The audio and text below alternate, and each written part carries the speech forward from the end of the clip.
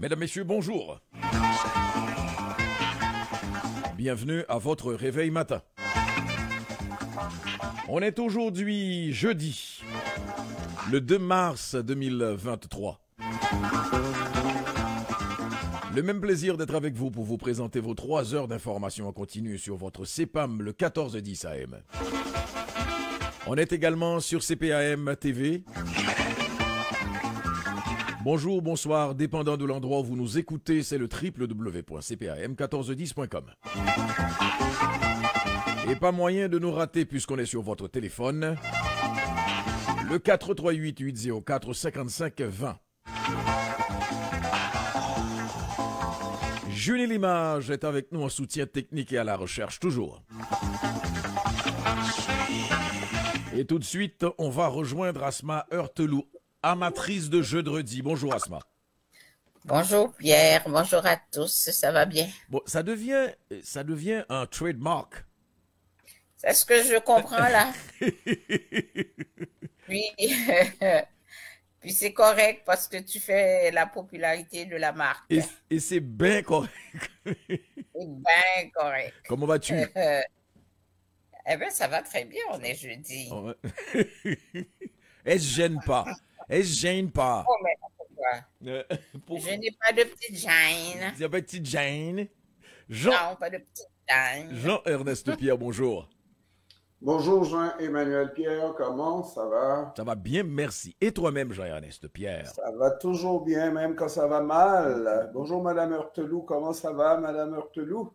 Oh, pour une fois, il me voit. Bonjour Jean-Ernest Pierre. Je ne te vois pas, je ne te vois pas. Mais tu entends ma voix, tu sais. Dieu seul te voit. Tu entends ma voix. Dieu seul te voit. Pardon, Dieu seul me voit. Pourquoi Dieu ferait ça? Ben, je ne te vois pas. Enfant de Dieu, qu'est-ce que tu racontes? Comment ça? Pourquoi Dieu ferait ça? Ben, parce qu'il me dit Dieu seul me voit. Attention à ce que tu dis, enfant. Oh oh. Oui. Okay. À quoi j'ai droit ce matin? Parce que Jean-Ernest, l'enfant dit que pourquoi Dieu ferait ça, c'est-à-dire l'avoir. Bon. Mais Dieu ne me voit pas. Non, si tu parles de l'exercice de Jean-Ernest, c'est autre chose. De quel exercice tu parles? En disant Dieu seul te voit. Mais c'est quoi l'exercice Dieu seul me voit? Continue. Allez-y. T'es brave, vas-y. Et on s'en va à la circulation tout de suite et puis on va... Mais Jean-Emmanuel? Oui. Quand tu as dit enfant, là, enfant de Dieu. C'est un enfant de Dieu. Ça me rappelle assez bizarrement comment on était vraiment très inspiré par la musique haïtienne de mon temps, sous la dictature de Duvalier, où il fallait dire des choses, être explicite, mais sans l'être véritablement. C'était tout un exploit. Il y a une chanson, entre autres, des Difficiles de Pétionville qui menait le hit parade en Haïti et qui disait comme refrain « Enfant, ne cours pas, si tu cours, tu tombes, si tu tombes. » Ah, mais la belle histoire. Ah, si tu tombes, je te bats, il faut continuer. Je te bats. Si je te bats, je te bats fort. Je te bats fort. Si je te bats, tu pleures. Mais ça, oh là là là là. Mais c'était vraiment très recherché, très relevé. Hein? Oui. Ben oui, mais je crois aller chercher très loin. Non, mais je crois que c'était pas la parodie d'une musique. Comment tu dis? C'était pas une adaptation. Parodie? Non. Ah, ben non. C'était pur. C'était cru même. Oui, cru. Mais dans ce temps-là, la chose qu'on devrait faire, c'est de remonter au compositeur de cette pièce et de lui remettre une plaque, n'est-ce pas? Il est peut-être mort. Est-ce qu'il est encore là? Après avoir composé la chanson, tu dis? Non. Pas après avoir. Aujourd'hui, avec il est encore vivant. C'est ça, avec le temps, tu comprends? Non, il va falloir poser la question à Toto Larac. Ah, Il doit savoir qui a composé cette chanson-là. Et l'autre chanteur aussi, comment il s'appelle déjà? Qui est avec Toto, qui fait de temps en temps des jams avec Toto. Il n'est pas chanteur, lui. Et Célestin. Ah, ok, Comment? ok. Et Jean-Marie Célestin. Jean-Marie.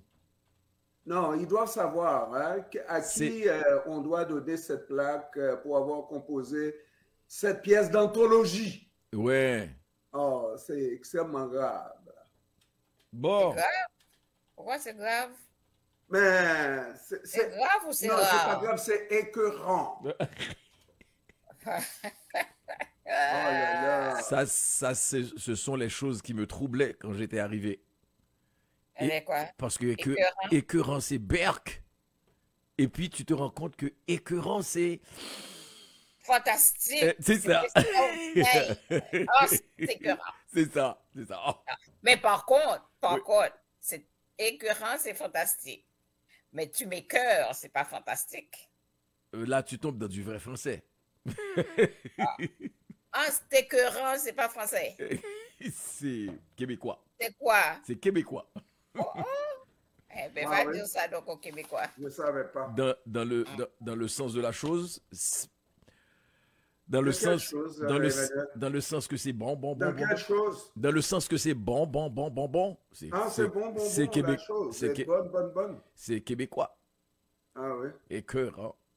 Et tu avais dit une autre chose, Asma? Écœurant et l'autre, c'est Jean-Ernest qui a dit?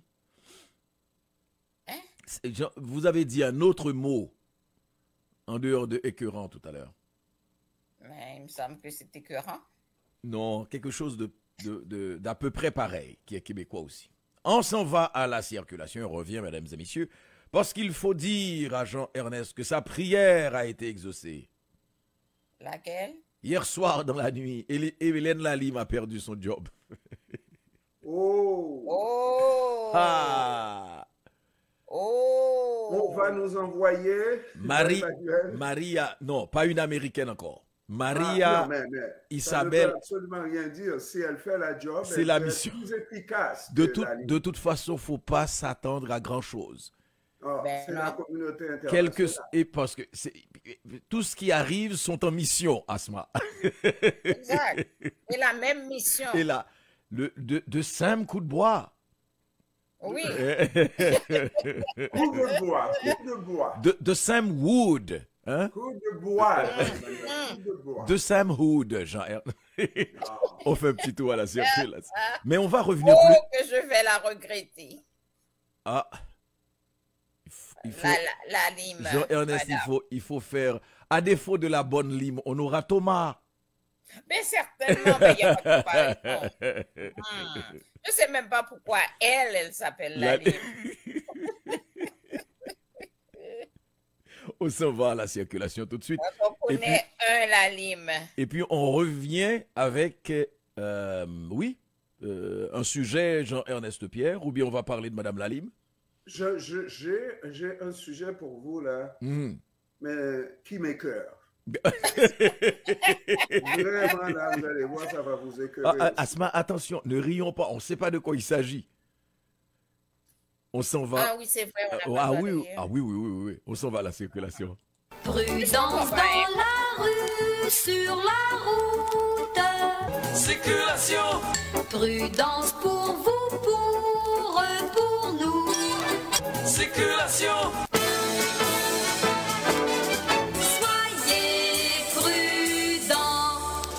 Alors, comment ça se présente, Asma? Eh bien, ça se présente pas si mal pour l'instant. Mercier, Champlain, Victoria, Jacques-Cartier, La Fontaine vers Montréal vont bien. Jacques-Cartier vers la Rive-Sud par Papineau. Vous êtes à Bélanger. Et par intermittence jusqu'à Mont-Royal. Et La Fontaine vers le Sud, de 30 minutes depuis Curato. Et plus facile par Souligny, vous avez une perte de 5 minutes. 40 repentis. On parle de perte. C'est pas une perte parce que vous êtes au ralenti. Parce que si je dis une perte, vous allez vouloir rattraper le temps alors que non. 40 Repentigny, Charles de Gaulle. Il y a un accident à l'approche de l'échangeur Anjou à gauche, donc au retard à Charles de Gaulle. Métropolitaine vers l'ouest, tout de suite à Viau jusqu'à l'échangeur d'Écarie. C'est lent et intermittent. Vers l'est, pour l'instant, ça va. L'autoroute des Laurentides vers le sud, Henri Bourassa pour atteindre la métropolitaine. La 13 sud, on est après Cléo pour le pont Louis Bisson. Et 25 Carbone Gascon pour atteindre le pont de l'île Saint-Jean. Les autres traversées de Laval de la rive nord sont correctes. Et la 20 d'Écarie, allez-y, ça roule. 514-790-2726. Prudence dans la rue, sur la route. Météo, Prudence pour vous, pour nous. météo, Soyez prudents. Le temps qu'il fait, le temps qu'il fera, Asma. Alors, pour ce matin, c'est de la faible neige, -1, -6. Faible neige en après-midi, 1, -3. Ciel variable en soirée, 0, -5. Et généralement dégagé au cours de la nuit, -4, -9. Le soleil à 6h31 pour se retirer à 17h42. Il fait -1 pour l'instant, mais vous ressentez -7 sur votre petite peau. Voilà. Voici, voilà. Alors, Emmanuel, avant d'aller à l'essence, est-ce que tu as des nouvelles de M. Bourgeois qui nous a fait faux bon hier? Oui. Ah, ok, Mais- parfait, c'est bon. Oui, oui. Correct. Que le devoir appelait ailleurs. Good. Oui, oui, oui, oui. Alors, l'essence est à 1,53, 1,53,4. C'est le prix moyen de l'essence au Québec. À Montréal, c'est autour de 1,62. J'ai vu quasiment du mur à mur à 1,62 à Montréal. Au Jean-Ernest, l'ordinaire, ça? tu dis? Au l'ordinaire? On est toujours dans l'ordinaire. Ah, vous êtes super riche à Montréal. Ah. Et Vous faites de beaux salaires, sur la- 90 000. sur la rive sud, c'est combien? Ah, ben moi, hier, j'en ai vu à 1,53 OK. Le prix moyen dans le ce prix matin. moyen. Ben, le prix moyen. Au Québec. C'est ça, c'est Passion, autour de ça. De mon coin. Oui, mais Est-ce que vous le êtes prix dans, moyen, vous êtes dans le, oui, vous êtes dans le prix moyen au Québec. C'est ce que je viens de dire. 1,53,4, c'est le Mais prix pourquoi moyen. Montréal est à 1,62? Parce que Montréal, c'est Montréal. C'est à cause de Montréal que le prix moyen est à 1,53. C'est parce que Montréal, c'est Montréal et Montréal, Ben c'est oui. Montréal, c'est tannant. C'est la grande ville. C'est la petite tannante. La ville des riches et célèbres. En parlant vite. Faut pas insulter les autres. Ben, qui ça, les autres? Montréal Nord, Hochelaga Maisonneuve. Faut pas les oublier. Ben, ils payent l'essence à 1,62 aussi, non? Faut Arrête de rire, Pierre-Emmanuel. Oui. Mais vous êtes vraiment bizarre. Ok, on arrête. Oui, mais vous êtes bizarre, je vous le dis. Et C'est pas- je dis vous. C'est pas nouveau, oui. Parce que il y a des matins Mais tu quand connais j'arrive, la publicité. Si tu dis qu'on est bizarre, c'est toi qui es bizarre. Bon. moi, Non, mais c'est la publicité, oui. Alors ah raconte-nous. ben oui, oui, oui, oui. Raconte-nous. Quand j'arrive, il y a des matins, j'arrive, puis je ne ris pas. Mhm. Vous dites que je boude. Je ris, vous me dites d'arrêter de rire. Mais qu'est-ce que vous voulez dans le fond, là? Parce que quand on te dit d'arrêter de rire, on est Mhm. gentil. Mais quand tu Vous êtes boudes, gentil? tu n'es pas gentil. Tu Mais vois là, la- je comprends Est-ce que tu vois la différence? Alors, pas du tout, il n'y en a pas. Bon. on y va avec Jean-Ernest Pierre. Raconte-nous. Et moi, je ne ris plus. Ah, nous non plus, hein? Parce que c'est T'as du déjà ri, sérieux. toi? Parce que c'est du sérieux. Ben, Et vas-y. je saute la presse nationale, internationale pour tomber dans le journal de Montréal qui fait son premier titre et la une. Sans eau ni nourriture pendant près de 48 heures. Hmm. Une dame de 86 ans morte dans l'indignité. Ok. Au Québec? Alors, c'est sous la plume de Élissa Cloutier qui nous dit qu'une octogénaire est décédée après avoir été laissée sans eau ni nourriture pendant près de 48 heures, en plus d'être restée de longues heures dans ses selles, dans les couloirs de l'urgence de l'Hôtel Dieu de Lévis, des circonstances inacceptables dénoncées par la famille. Alors, je vous donne un peu lecture. Dit c'est dans un climat toxique et totalement inhumain que Gilberte Gosselin, âgée de 86 ans, a vécu ces 2 derniers jours, déplore sa petite fille Véronique Labonté et sa fille Sylvie Berthiaume, qui a été à son chevet jusqu'à son dernier souffle. J'ai vraiment l'impression qu'ils l'ont laissé mourir, mentionne Madame Labonté, encore frustrée par les événements. Madame Gosselin a été admise à l'Hôtel Dieu de Lévis mardi dernier pour une fracture de la hanche. Elle a ainsi été installée sur une civière dans un couloir de l'urgence. Aux prises avec des problèmes cognitifs et une maladie pulmonaire obstructive chronique, Mme Gosselin se déplaçait à l'aide d'une marchette. Après avoir réalisé quelques tests, un orthopédiste propose une chirurgie de la hanche à la famille, même si celle-ci comporte des risques pour sa santé. Alors, vous allez comprendre. On commence avec cette proposition. Et on cite, son désir, c'était de vivre. Elle voulait avoir tout ce qu'elle pouvait avoir. Elle voulait qu'on lui arrange ça, raconte Madame Berthiaume. Mais, après une première nuit à l'urgence, l'état de Mme Gosselin s'est tellement dégradé que l'option d'une chirurgie ne tient plus. Un médecin annonce plutôt à la famille qu'elle est désormais en fin de vie. Il demande donc une chambre plus intime pour que la famille puisse accompagner Mme Gosselin dans ses dernières heures de vie. Malheureusement, Mme Gosselin n'y a jamais été transférée malgré les nombreux rappels de la famille. Elle a même plutôt été déplacée à 2 reprises dans d'autres secteurs de l'urgence munis de rideaux. Et on nous dit toujours dans l'article, mercredi soir, la famille interpelle également un membre du personnel pour l'aviser que Mme Gosselin a fait une selle et doit être changée. On l'a demandé à plusieurs reprises. L'infirmier nous a dit que les préposés aux bénéficiaires avaient quitté, qu'il n'y avait plus personne pour le faire, mentionne Mme Berthiaume, encore traumatisée. Plus de 3 heures plus tard, Mme Gosselin est finalement changée, raconte la famille. Pendant toute son hospitalisation, malgré les demandes répétées des proches, aucun membre du personnel hospitalier n'a offert de quoi manger ou boire à l'octogénaire qui faiblissait à vue d'œil, mentionne-t-il. Le mardi, elle n'a rien eu.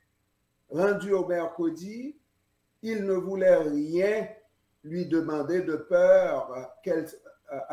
il ne voulait rien lui en donner de peur qu'elle ne s'étouffe.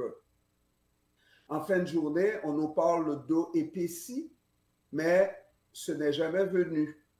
Pas de soluté non plus, affirme Madame Labonté. Alors qu'elle vivait ces dernières heures, l'octogénaire affamé réclame une rôtie, ce qu'on lui refuse, affirme Madame Labonté. Elle s'est ainsi contentée d'une compote de pommes et d'un jello.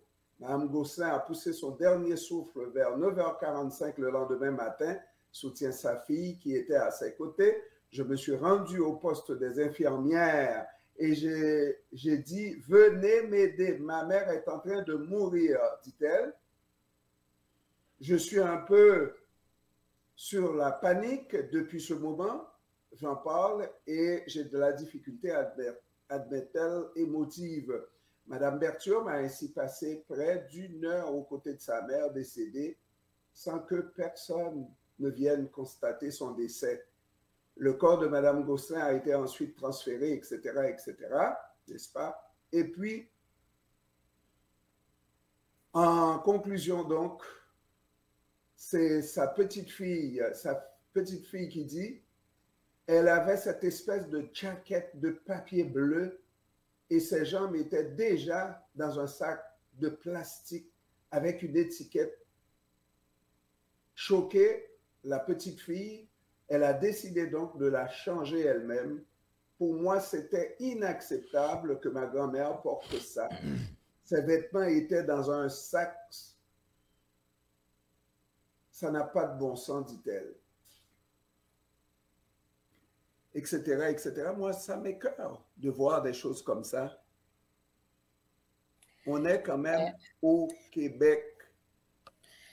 On a un problème très grave avec notre système de santé parce que ce qu'on voit là, si on ne corrige pas la situation aujourd'hui ou hier, là, je pense que ça va continuer s'empirant de jour en jour, de jour en jour. Parce qu'on se rappelle, il y a environ 20 ans, 15 ans, 20 ans, on critiquait le système de santé et les libéraux étaient au pouvoir et on disait que ça n'a pas de bon sens et on a tout fait. Bon, maintenant tu vas nous laisser dire quelque chose. OK. Parce que moi, je suis écœuré dans deux sens. Je ne suis pas écœuré seulement par le système. Je suis écœuré aussi par des membres de la famille qui sont là et qui soient capables de laisser quelqu'un dans son caca et ne pas la nettoyer. Je suis écœuré aussi par des membres de la famille qui soient là et qui a quelqu'un, sa maman, qui a faim, qui est presque en situation d'inanition et qui ne réagit pas. C'est-à-dire, je veux bien tirer sur le système, mais je veux dire aussi que on peut-tu, en critiquant, en s'arrachant, et moi j'aurais pu, j'exagère, je ne veux pas dire mettre le feu, mais est-ce qu'on peut réagir, ne serait-ce de manière excessive, ne serait-ce que à se faire arrêter pour attirer l'attention? Je ne sais pas. Ça, je suis d'accord avec cette dernière partie, Pierre-Emmanuel. Mais écœuré parce que la famille n'a pas su ou n'a pas changé la mère ou la grand-mère pour l'enlever dans ses selles, je mets un bémol là-dessus. Pourquoi? Je vais te dire pourquoi.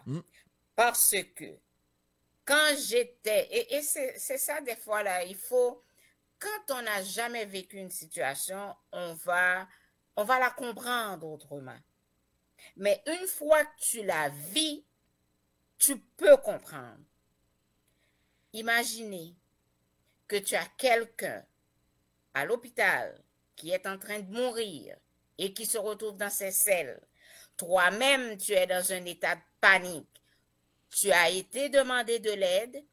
On te dit qu'on arrive, mais tu n'as pas la capacité, ni la force, ni le réflexe de changer la personne.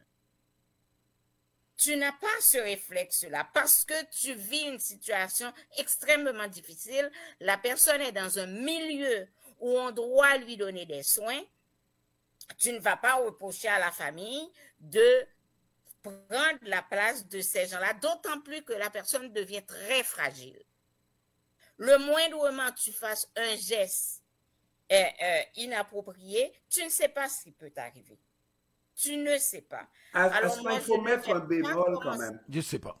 Il faut mettre un bémol. C'est la chose, je pense, se situe entre les deux.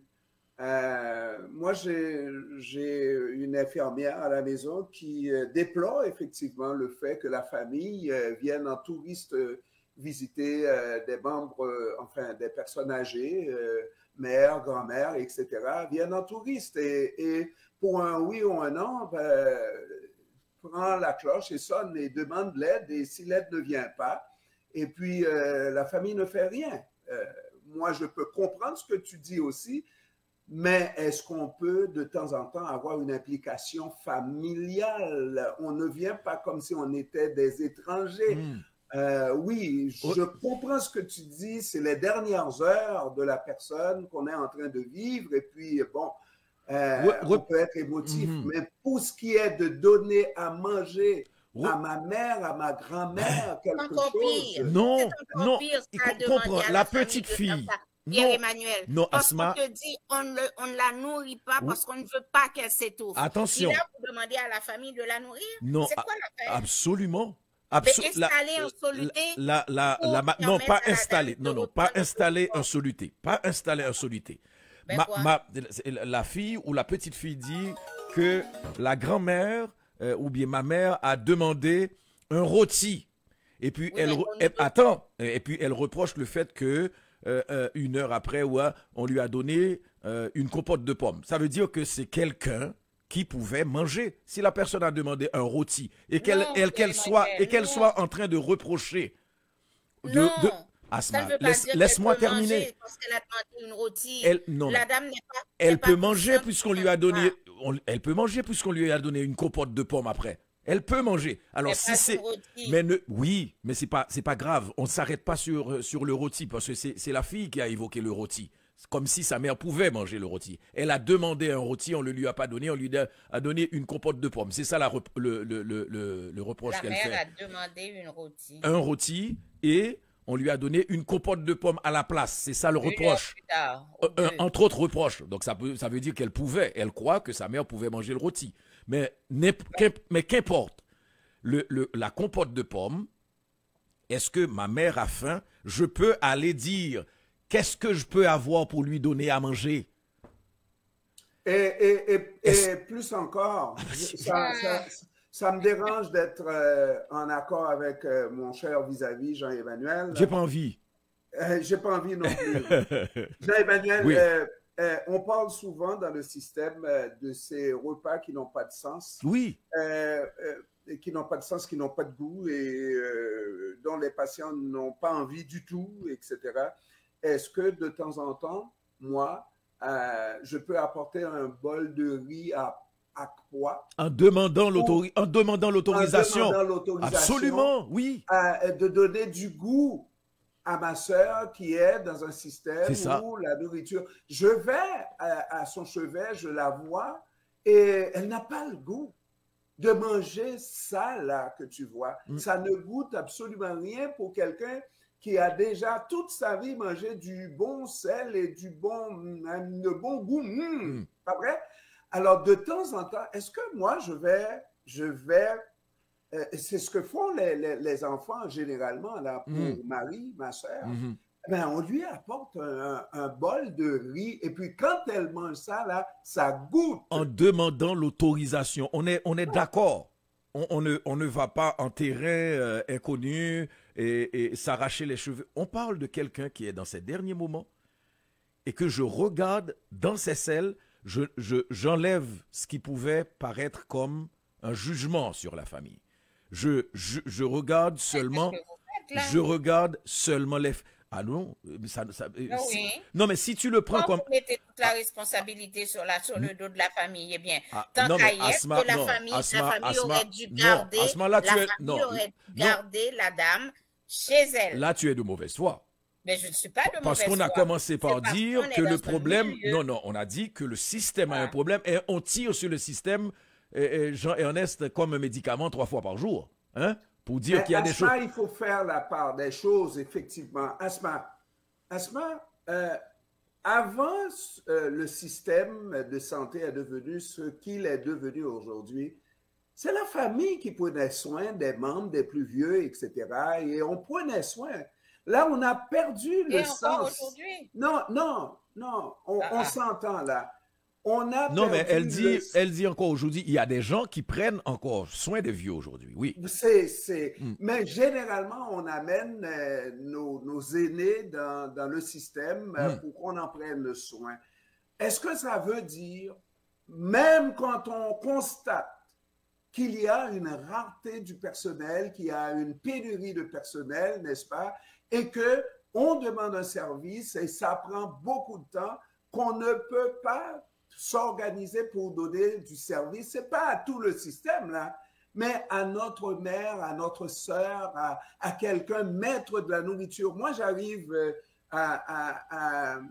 au centre et puis le bol en tout cas, le plateau de ma sœur est là et elle attend après un préposé, elle n'attend pas là. Tu lui donnes à manger. Est-ce que je peux lui mettre de temps en temps voilà, quelque chose à la bouche? Tu lui mets une cuillère à la bouche. Pour l'intéresser à manger. Oui. Non, je dois juste rester m'asseoir et regarder en attendant de peur que je mette la cuillère de travers. Est-ce que tu peux tuer quelqu'un avec une cuillère là? Non. Et puis non, c'est donné. Oui. Jean-Emmanuel, une fois dit. Attends, Asma allait dire quelque chose. Non, tu as cette manière-là de détourner la chose. Une fois dit ça, là, Jean-Emmanuel, c'est toi qui nous apprends surtout qu'il y a une victime. La famille, c'est une famille éplorée. Est-ce qu'elle a eu les bons comportements, les bons réflexes tout le temps, là? Peut-être pas. OK? Mais il reste que c'est le système qui est malade, Jean-Emmanuel. Si on ne peut pas, il faut le dire qu'on ne peut pas, qu'on a besoin, qu'on a besoin de bénévoles, de familles, qu'on a besoin. Mais il faut effectivement corriger ce système-là. Quand on regarde la manière dont cette dame-là, là où je n'ai pas été avec l'article, même la médecin qui a soigné cette femme-là a dû publier quelque chose sur sa page ou Facebook ou je ne sais lequel, n'est-ce pas, pour s'excuser auprès de la famille, la manière dont cette dame-là, allez lire l'article dans le Journal de Montréal, vous allez comprendre. C'est écœurant ce que le système est devenu, écœurant dans le sens, ça va de mal en pis. Jusqu'où on va se rendre là? J'ai commencé par dire, et je l'ai rappelé tout à l'heure, que le système a un problème. On dit que le système a un problème 3 fois par jour, même s'il le faut, et tous les jours, le système nous prouve qu'il y a un problème, même quand certains font semblant qu'il y a ci, etc. Il y a un problème, ça ne marche pas. Il suffit d'entendre les gens qui fréquentent les hôpitaux, certains plus catastrophiques que d'autres, mais le problème est réel. Et moi, j'ai été interpellé par des éléments qui sont par rapport à la gravité de la situation, comme tu dis, la mort de cette dame, de cet octogénaire, dans des situations horribles, inacceptables, prouvant une fois de plus que le système a failli.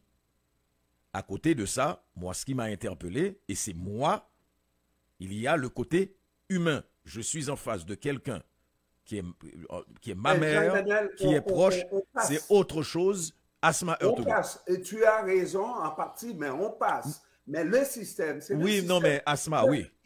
Oui, mais laisse Asma dire quelque chose. Oui, mais on est d'accord. Le système est tuatoire. Oui. Absolument. Et j'utiliserai l'adjectif tuatoire. Hein? Bon. Oui, Asma. Non, ça va pour moi.